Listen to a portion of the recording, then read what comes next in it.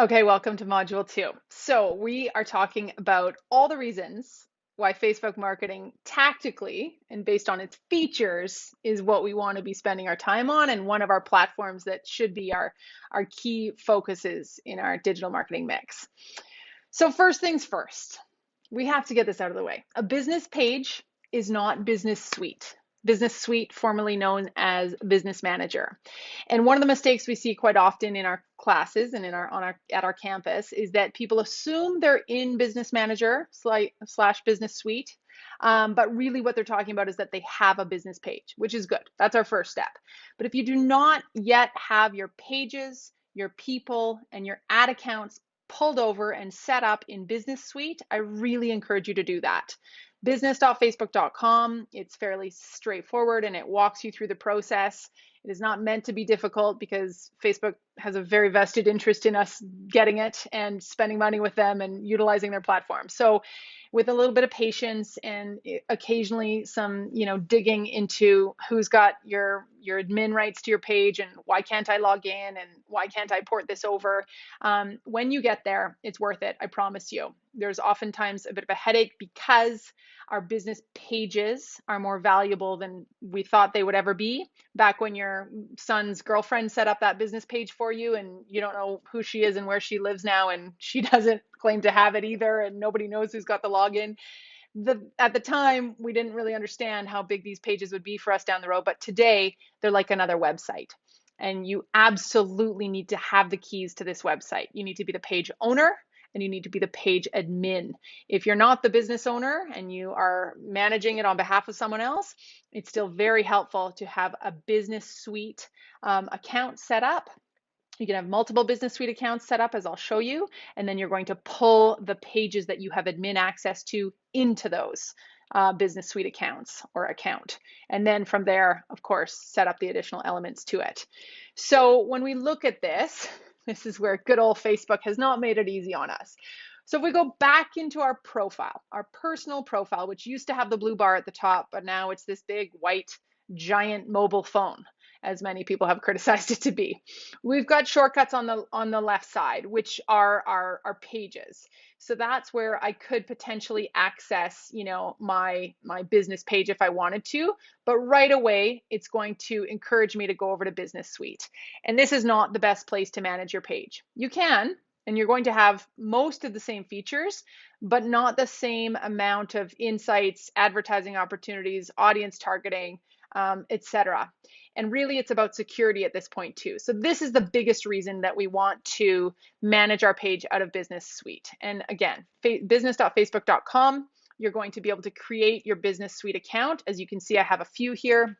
And I can manage various assets of various companies within there. Or I can manage, various pages that are related to me, like my husband's painting page or a side project or whatever it is under my main Business Suite account. From here, we're going to go deep into the business settings and set up our people and our pages and our access, and always treat this as our home base. So I encourage you, once you've got your Business Suite account set up, you bookmark it. The next thing you're going to do is you're going to bookmark your page so that you always have a shortcut to get right to your page. Because unfortunately, Business Suite has made it a little bit tricky for us to find our way into our page. Where does it live? Well, way down here in View Page. So that's all fine and good, but if you can bookmark that, that's even better. So if you know that this is your home base, and I'm just going to stop and say that one more time. If you know that this is your home base, this screen and this home right here, you'll never get into trouble. If you do, you can always do a search. You can always find your way around. But the longer that you're in here and the more you get to know it, the better you'll be. I can toggle through here. And once again, I can see the assets that I have listed within this Social School Business Suite account. If I go into a different one, I can see what exists for, a friend who I might be working in their business suite. And it's a really nice way to be able to manage the various assets in each of those. You're going to get bumped around sometimes, not just within your business account if you have more than one, but between the right ad account, the right pixel, the right page. Should just always be aware of that. They like to bump you around.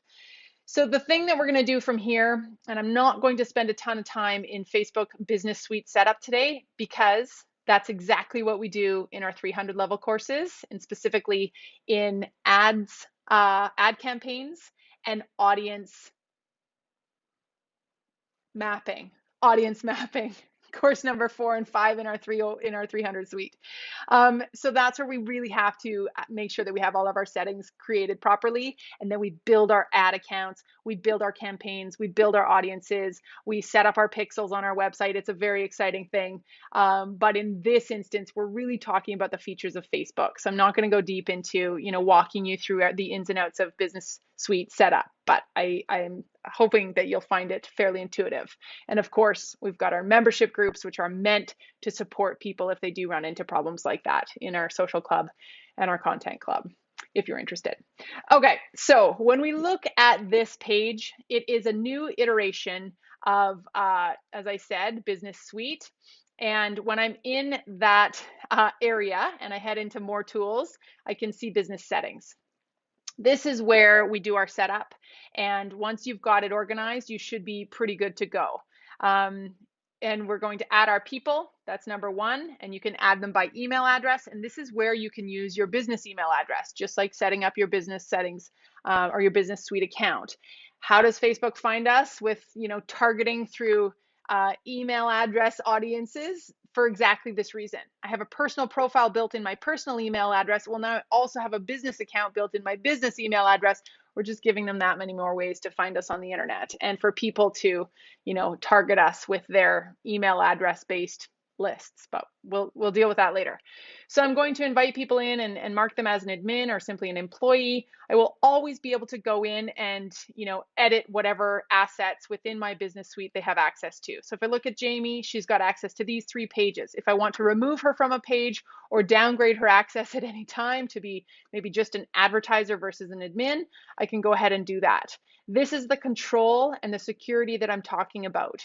I know that each person in my organization has access to specific assets, and I can remove them entirely or add somebody new. We are not sharing logins to somebody's personal profile that then we build the business page out of, yada, yada. It's controlled, it's secure, and it should be because it's a valuable asset, as I said.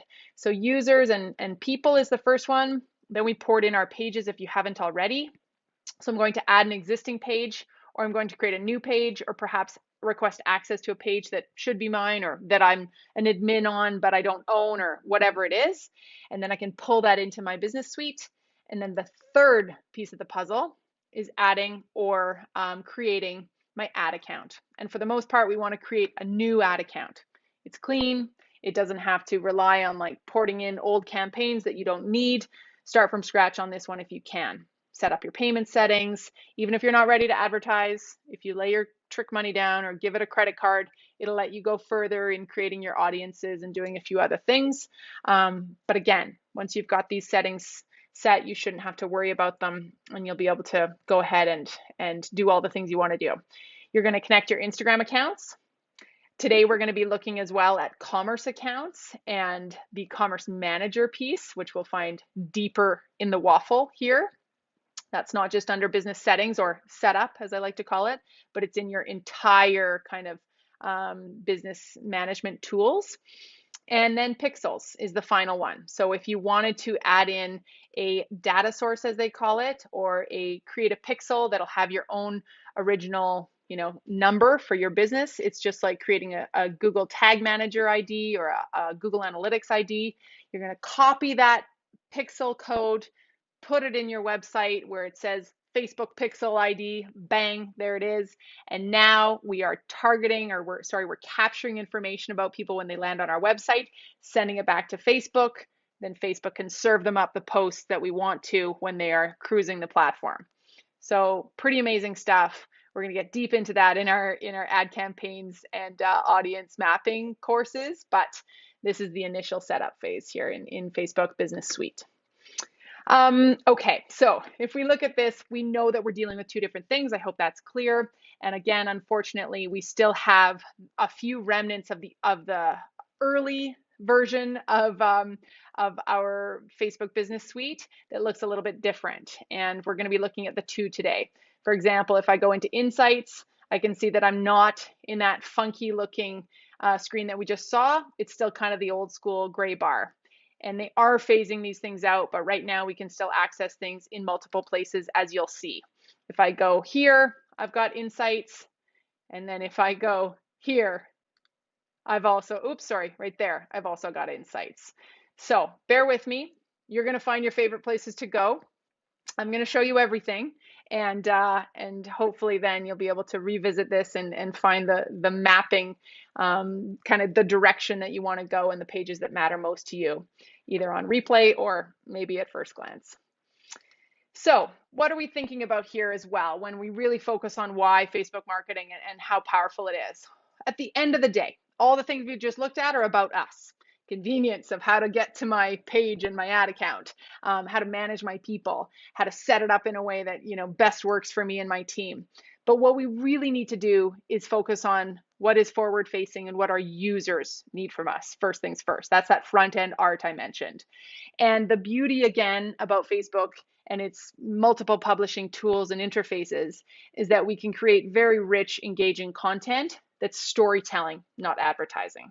So, if we take the tactic that we like to teach in our strategy classes and our content classes of having content pillars, which are unique to us, then content categories, which are more universal and we drill it down, and then certain post types, which I'll show you in a second, we're starting to create that really rich, varied content that brings people back always wanting more.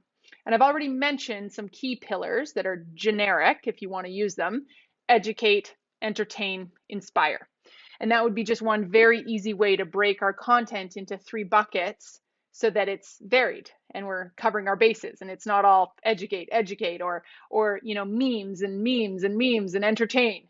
And remember that entertain doesn't have to always be funny either at all. Like there's a rom-com and there's a documentary, and the documentary can be just as entertaining. When we talk about categories, it's a further, again, kind of subcategory of our pillars. So that could be more universal, like how-tos, did you knows, behind the scenes, testimonials, Q&As, top 10 lists, any kind of demo, quiz, whatever it is that could make it a different type of educational post or entertaining post that doesn't feel like the same all the time. If I opened my favorite magazine, Entrepreneur Inc., and every page was like an educational article, it'd be like the most boring layout you've ever seen in your life, but also just not easy to read because everything would be, I don't know, a research paper. So when we scroll a beautiful feed, we see this really kind of awesome imagery, video, text, etc. come to life, which I'm just pointing it out. And then of course the post types I've already mentioned, but we've got all these ideas that we can utilize, like again, photos, carousels, etc. We'll look at those in a second. So, the powerful thing here is that after we focus on the front end and we look at what they need from us, we've got to show it to those specific people. We've got to get it in their hands. And one of the things that I think can very often trip us up, and we hear this a lot from our students, is, I can't possibly be so specific in my content pillars or in that post type because it's only going to resonate with like my female audience or my millennials or, my B2B clientele, but I also have a total B2C realm. Well, the neat thing here, especially if you're willing to pay to play a little bit, you maybe want to check out our paid social course because this is the whole point.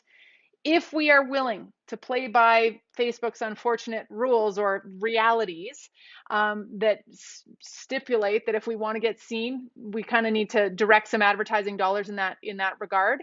And I'm not here to tell you to give Mark Zuckerberg and his friends more money by any means, but I am here to tell you that you can spend all the time and energy in the world on creating beautiful content, but if it never gets seen or read, it's a waste of time. When a post and a page has 500,000 followers and 17 people like that post, that they didn't do anything to promote the content or strategically target it with a very effective small amount of budget in order for it to actually be served up in the newsfeed. I'm going to just quickly divert over to our friend Facebook here and show you what I mean. So if I do a quick page refresh here, I'm in my personal profile on facebook.com. I'm logged in. I just want you to take note of what I'm seeing or what you're seeing now as well. I've got a lot of bikini ads coming my way. I'm not sure why, but either way, we've got stories at the top. So much like Instagram stories, Facebook is trying to push Facebook stories. Jury's out on whether or not they're still maybe as effective or as popular as they would hope they would be. I'm not a huge fan of Facebook stories, but I actually personally don't go on Facebook a ton as a human, as a person. I use it as a business and I use the business tools. But if we scroll instead and we just take note of that premier real estate that they're giving to stories, hint, hint, might be worth creating some. We've got a place to, of course, create our status update as a user right there. And we've got various opportunities for, the content type that we want to create. And I can go right into, pulling in a photo or a video. I can go into these new rooms, which thanks COVID, thanks Zoom, Facebook never wants to be left behind. So what do you know? They've got these rooms now that would pull us into Messenger. I've connected the two, so that's where that would take place. But either way, very prominent. But let's look at the post. So I've got some friends here, status update style, right away a sponsored post. Number 2, off the bat, sponsored post. So that's the first ad out of 2. We're at a 50-50 ratio so far. Then what are we seeing? A friend post. People I may know because they want me to reach out even more. This is a business page, I know, but it's coming from my friend Mel, who's reposting from her business page. So that's really a personal post. Good job for her. She's getting more reach because she's posting as a person than probably her business. So that's one way to go. Then we've got a link-based post from a friend, a sponsored post. So I don't know, is that 2 out of 7, 2 out of 8? Pretty high ratio of ads if we're thinking about it this way. Patty posting a video post, beautiful. Again, another text-based post, but it's coming from Instagram, which isn't awesome. Cross post. Unfortunately, it sounds like breakfast television is no longer as of today. There's a few posts about that. If they're getting a lot of engagement, which a lot of these are, then they're going to be served up. They're going to move back up the news feed. Remember, nothing is chronological anymore in Instagram and Facebook anyway. It still is in Twitter, but the algorithm will keep things that are performing well at the top of the feed. It's not going to disappear just because you posted it yesterday. And you see this a lot. You can open Instagram and see that same post a few times because it's performing well. A lot of people are liking it, engaging with it, commenting on it, and Instagram doesn't even know what it is, but they're like, well, this is performing well. Reward it, reward this business. So our vested interest again comes back to creating the kind of content that people want. We'll have more organic reach, more awareness, more proximity in the top of the news feed. So you're getting the idea here. But what I'm trying to say is that we've got a big range of sponsored content versus groups. We haven't seen anything out of groups yet. When my groups are posting regular content, here's one. I think I'm in the ClickFunnels official private group. It's a piece of software. So I'm going to see that served up now more than ever. Quick hit on the top bar here. The shortcuts, just so we're all aware. I can go right into pages. And again, I can manage it from my white screen if I wanted, but I don't recommend. Video content. How prominent is this? Of the 5 things I can go see right away. We've got home, we've got pages, we've got video content, which is going to show up really, really well right here and gets very well traveled, i.e. Facebook's attempt to compete with YouTube, and have a place for you to post all your lives and your videos, your pre-recorded, etc. So really cool. And of course it auto plays and I can choose to, turn the volume on or not. I can also choose to have Facebook caption it automatically the moment I upload a video, whether it's an ad or it's not. It's fascinating, totally incredible with the use of AI. Okay, so then I also have Marketplace, which same thing, gets very well traveled, and was in their best interest to create a marketplace, and then groups. So any group that I'm a part of, I now have it in its own exclusive feed, but it's also going to show up in the news feed, which is pretty cool. You probably have seen all this before, but I'm pointing it out to really talk about the filtering process that goes on. Why is it so filtered? Because at any given moment, given the amount of pages you manage, that you've liked in your days, that you follow, the amount of groups you're a part of, the amount of friends that you have over the decade you've been on Facebook or 3 years. On average, the average Facebook user can be served 50,000 pieces of content in a 2-minute scroll, probably even more than that now. So Facebook has to pare it down and give you exactly what you want to see or what they think you want to see so that you stick around. And they can't show you too many ads. And if those ads are bad, you're going to block them and they're going to show you a different one. So it's really important that we take that into account as we're creating content as businesses. All right, so if we think about the targeting that is possible, we know that that's coming. We're going to talk a lot about it when we look a little bit deeper at audiences and post creation, but that it is fascinating to know how much Facebook knows about us, far more than your government will ever know about you, my friend, and maybe even your husband, because of your user behavior. And this creates these filter bubbles, as we know, which are not good in politics, because if I'm liking, clicking, sharing something that leans left, I'm going to be served a whole lot more left-leaning content. And suddenly my bubble of my worldview grows very small.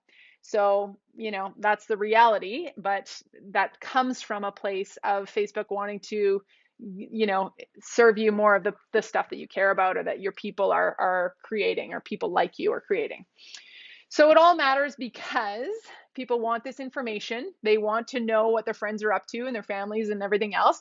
They're turning to news sites on their social feeds. So as I said earlier, they're just hoping to connect with friends and family. Well, they're also hoping to get educated on, the daily news or the latest celebrity gossip or the stock prices or whatever. So it's a place that people go to maybe have all sorts of these things kind of covered off for themselves, and they spend a lot of time there. We also use it for research on purchase decisions more than ever, and that's not just a certain demographic or age group. This is where we go for our social search. It's the same on Instagram.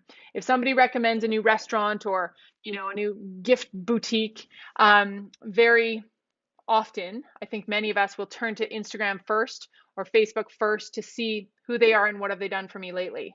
I don't need to go to your website. That's your polished, static, corporate, persona. I want to see who you are.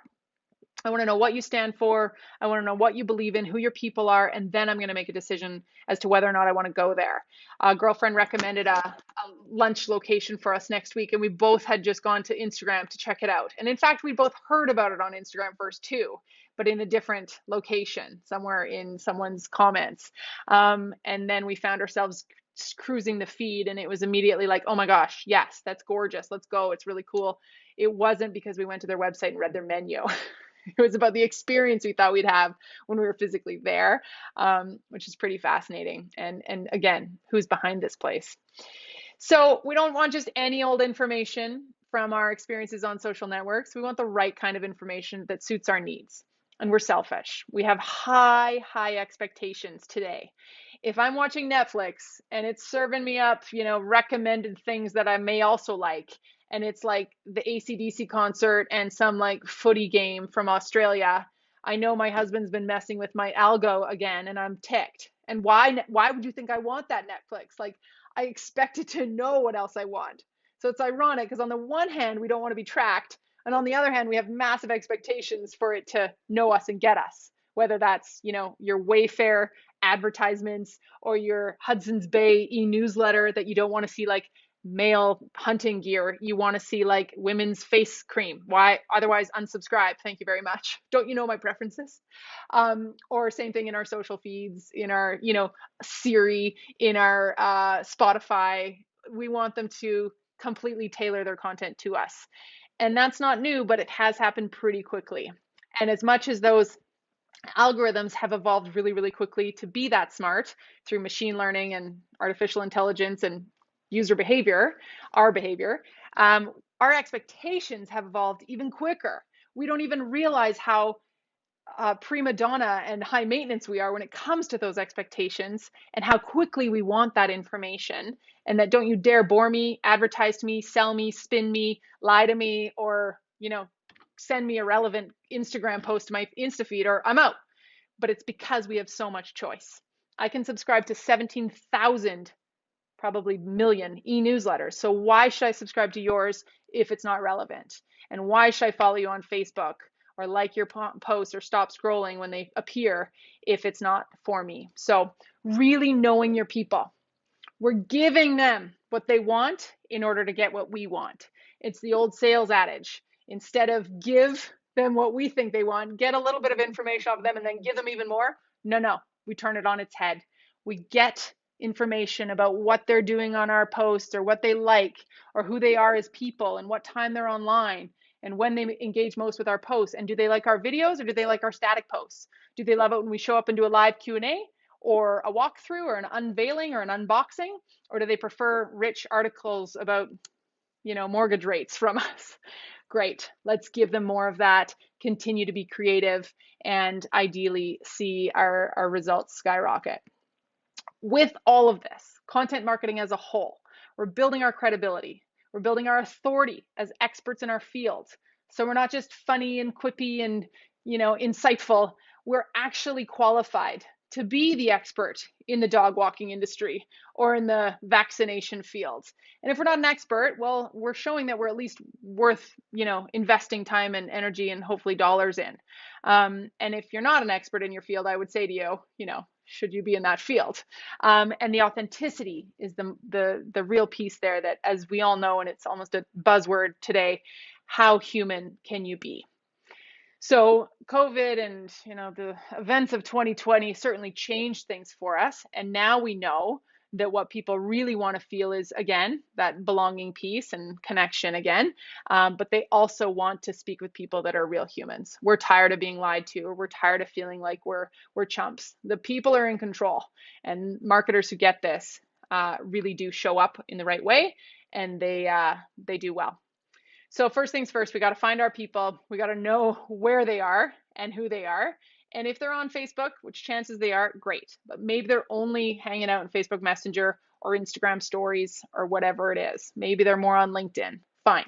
But we do set up our Facebook Business Manager to advertise on Instagram, remember, and our business suite, or to run ads in Facebook Messenger, or to create a messenger bot for our website, because that's the best chat bot we've ever seen. So it's still a really important overarching platform that can serve us in other smaller ways, even if you're not planning on being a massive Facebook poster. You may want to use it just for its events feature. You get the idea. So one of the things that I'm really loving is the evolution of how certain companies are using their page and no longer using certain features in exchange for others, and in exchange for other platforms that they've created this nice little fabric of marketing mix with. And as I said, several years ago, you had to be everywhere. It was like quantity over quality, and it's no longer that for the reasons we've talked about. But if they're going to be, or you're going to be, investing heavily on YouTube and LinkedIn, you can still use pieces of Facebook. Like, let's see what Camp Brand Goods is doing, for example. I really, really do love this company, or local Connor and Leslie, friends of mine, but they are, not shy to say that they got on Instagram at the right time years ago. Somebody had pinned one of their campy sweatshirts on Pinterest, and then it ended up on Instagram, and kind of Bob's your uncle. They just really understood the platform, the user generated content aspect of it, and the aspirational content. If you go on Camp's Insta feed, you can see that it's people living the brand. It's not, here's our product, buy product first. It's here's the lifestyle behind this brand. And we just happen to be wearing the t-shirt, or you can see that little camp mug in the corner of that, hiking picture, whatever it is. So if we look at how they're utilizing this little bar right here, and this is what I say when I mean it's the choose your own adventure, we can identify what kind of page theme we want to have. It will affect these tabs at the top here. I'll show you those in a minute. But, of course, our about page, photos, video summaries goes without saying. But what I've noticed here is that Camp, like several other pages or significant companies with large followings, are not using videos on Facebook feed, which would show up here in their video summary page, as often as they were maybe 6 months ago or 2 years ago. And I believe that's because they're turning to Instagram Reels, IGTV, stories, which are those bite-sized, unpolished videos, as compared to, you know, when video content became a thing and autoplay became a thing on our Facebook feed, we all rushed to create more videos. So that's kind of interesting. However, they're using other things like community or events, or Iconosquare is an outside app that they would have pulled in here. But either way, we can, as users or owners of the, sorry, as marketers and brand owners, we can choose what we want our page to look like, as can our fans and followers choose where they want to most go in our feed. So let's take a quick look over at, if I go to that bookmarked page, remember, that I want to make sure you have easy access to. One of the first places to go after you set up your business suite settings is into your page settings. And of course, it's buried over here as opposed to in that other place where we got to our page from here.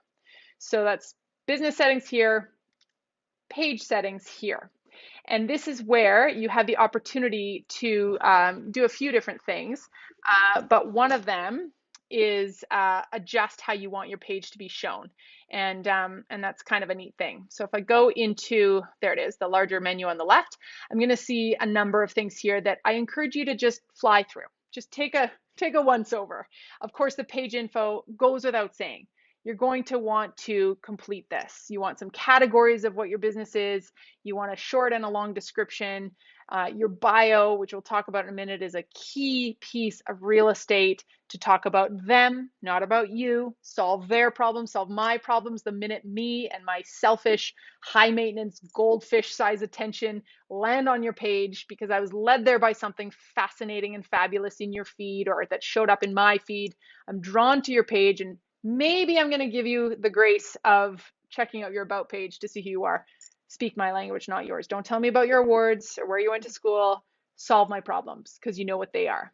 Imagine if, what if you could? Show me the transformation. We help so-and-so do what?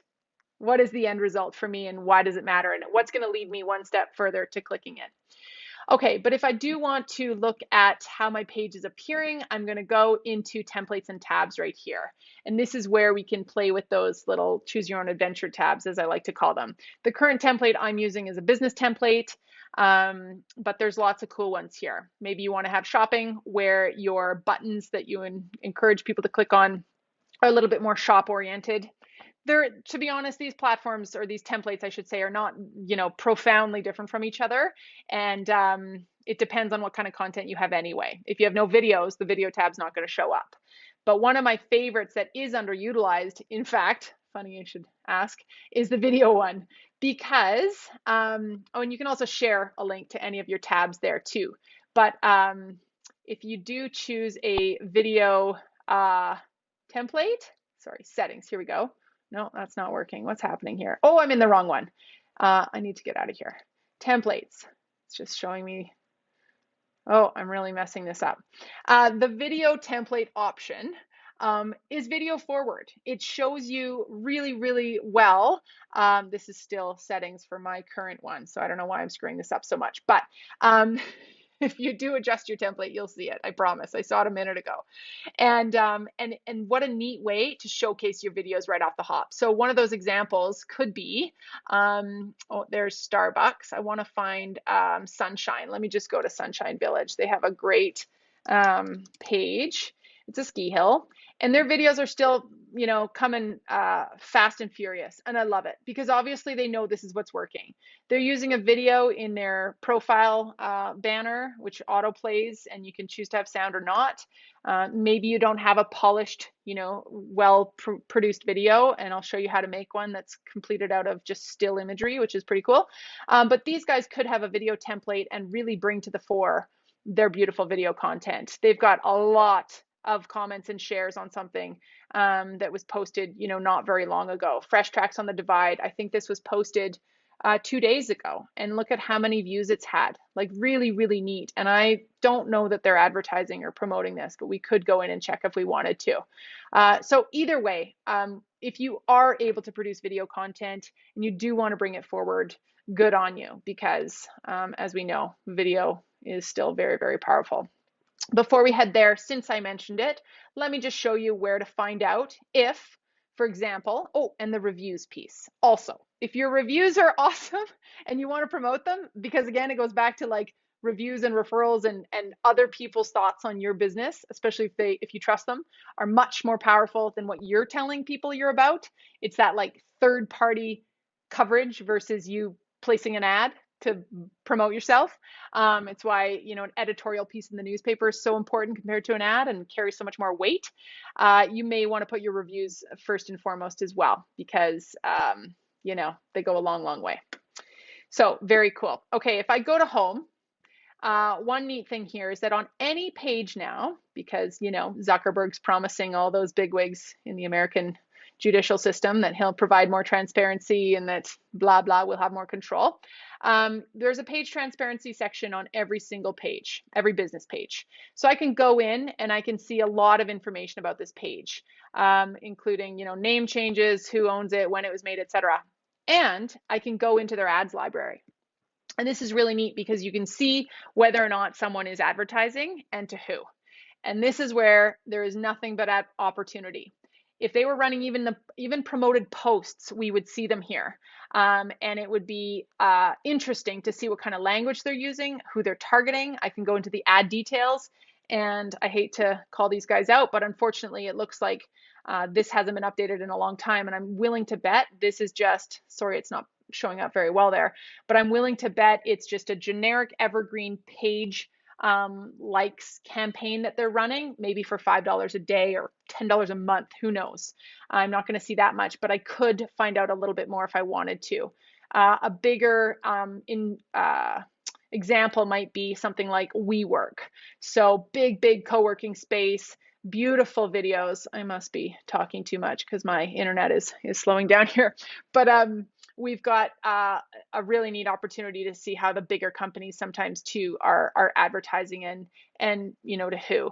And this makes sense because whenever you're shown an ad or a promoted post, you can now click on, why am I seeing this ad? You've probably seen that.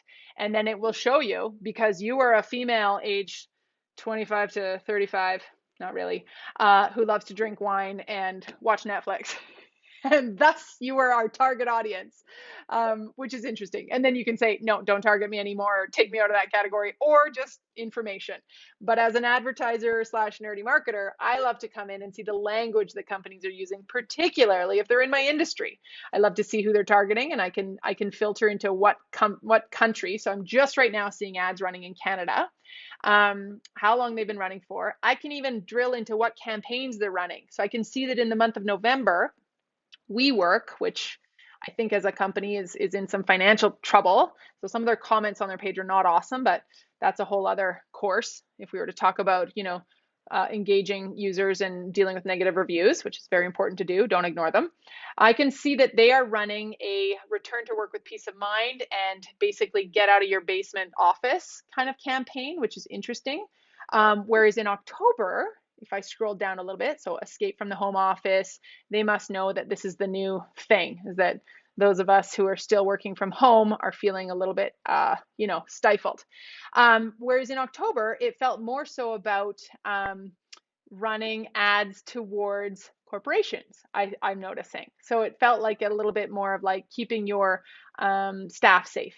Just interesting to note. So very cool, lots of transparency. And this whole thing, again, goes back to users needing to have control and understanding of, you know, who's advertising to them and why. So you've got that kind of control if you want to go into any page and see why you're being targeted or what they're running and what language they're using. I love looking at Nike's ads for what they're saying in Korea versus Australia versus, you know, California. All right, that sort of takes us through some of the overarching ideas on, you know, why Facebook marketing. And we're going to get deeper into the features that make it sort of how to use Facebook marketing.